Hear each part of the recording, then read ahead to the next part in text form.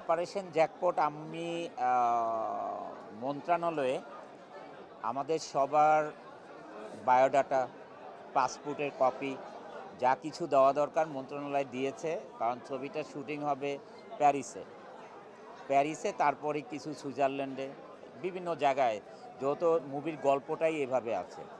এই গল্পটাতে আসলে কোনো দলের জন্যে নয়, এই সিনেমাটা হচ্ছে দেশের জন্য। এটা অপারেশন জ্যাকপট। আমরা ইতিহাস জানি বাংলাদেশের, এটা একটা মুক্তিযুদ্ধের ছবি।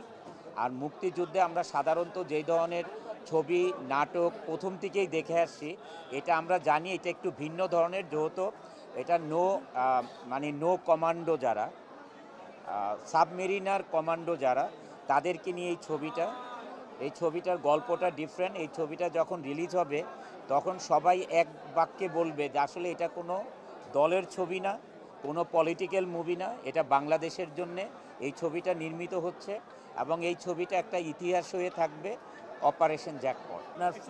আমি ফান্ডিংয়ের সমস্যা, সেটা আমি যেটা আলোচনা করেছি, আমাদের যে প্রডিউসার স্বপন ভাই, উনি বলেছে যে উনি যেই বাংলাদেশের পার্টে যেই ফান্ড পেয়েছেন উনি তো শুটিং করেছেন, এখন যে লাস্ট পেমেন্ট যেটা আছে সেটা পেলেই উনি বাইরে শুটিংটা করতে পারে।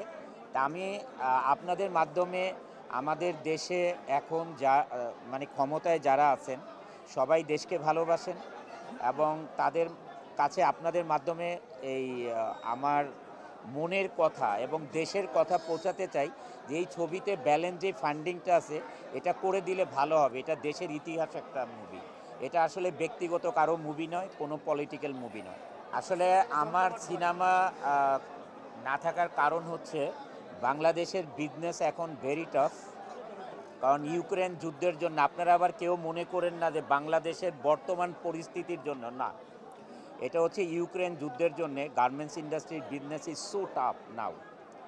কারণ হরমুজ প্রণালী দিয়ে যে ভেসেল যেত, এটা আমেরিকা যেত 35 দিন, আর ইউরোপে যেত হচ্ছে ম্যাক্সিমাম 26 দিন। আর এখন এই ভেসেল যায় আমেরিকা যায় 62 দিন লাগে, ইউরোপেও 50 দিন লেগে যায়। কারণ হরমুজ প্রণালী দিয়ে ভেসেল না যাওয়ার কারণে বায়াররা আমাদের দেশে এখন অর্ডার কমিয়ে দিয়েছে, সিজন আমরা ধরতে পারছি না বিদায়, এবং প্রাইস কমিয়ে দিয়েছেন।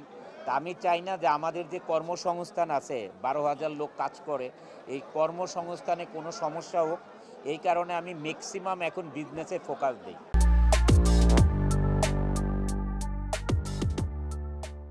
আমি যেটা বলতে চাই, আসলে আমাদের দেশের সিনেমা তো এখন ঈদের সময় নর্মালি রিলিজ হয়, আর ঈদে মানুষ সিনেমাও দেখে। তো যারা সিনেমাতে প্রডিউস করছেন, যারা কাজ করছেন, যারা ডিরেকশনে কাজ করছেন এবং কলা কৌশলী, সবার প্রতি রইল আমার অনেক অনেক ভালোবাসা এবং আমরা চাই সবাই ছবি হলে যেয়ে দেখুক এবং প্রডিউসারের টাকাটা উঠুক এবং শিল্পীর কাজের সার্থকতা আসুক।